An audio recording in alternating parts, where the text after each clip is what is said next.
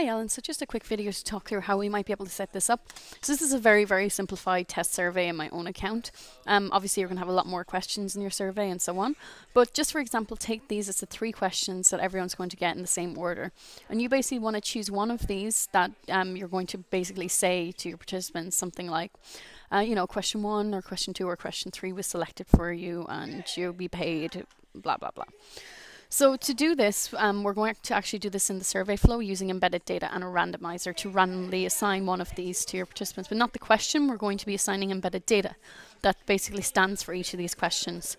So in survey flow, I'm just going to remove this old embedded data I have in here. I'm going to click add new element here and I'm going to choose randomizer.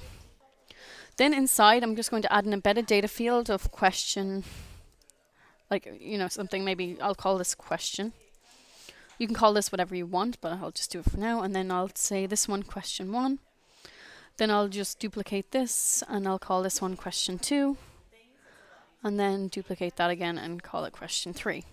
And then I can set to randomly present one of the following elements. And then I can also set evenly present elements. And this basically will just assign one of the questions to my participants, but this will be in even amounts. That's the catch with this one.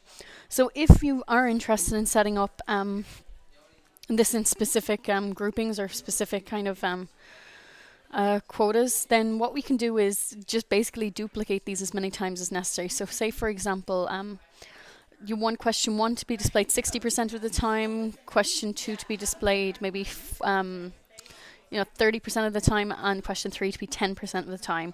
All I could really suggest here is just breaking this out, creating 10 embedded data and doing the correct proportion. So for example, 6 out of 10 of the embedded data will be question 1, and then 3 out of the 10 embedded data will be 2, and 1 of the embedded data will just be question 3. So to do this, I'm just going to keep duplicating the blocks. So now I have 2, 3, 4, 5, 6.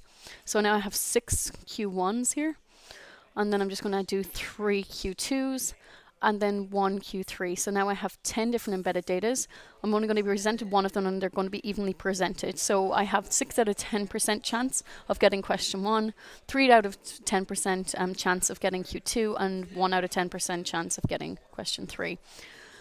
Now, this is not going to be exactly 60, 30 to 10. It's not, it's not exactly completely accurate, but it will give you a really good idea.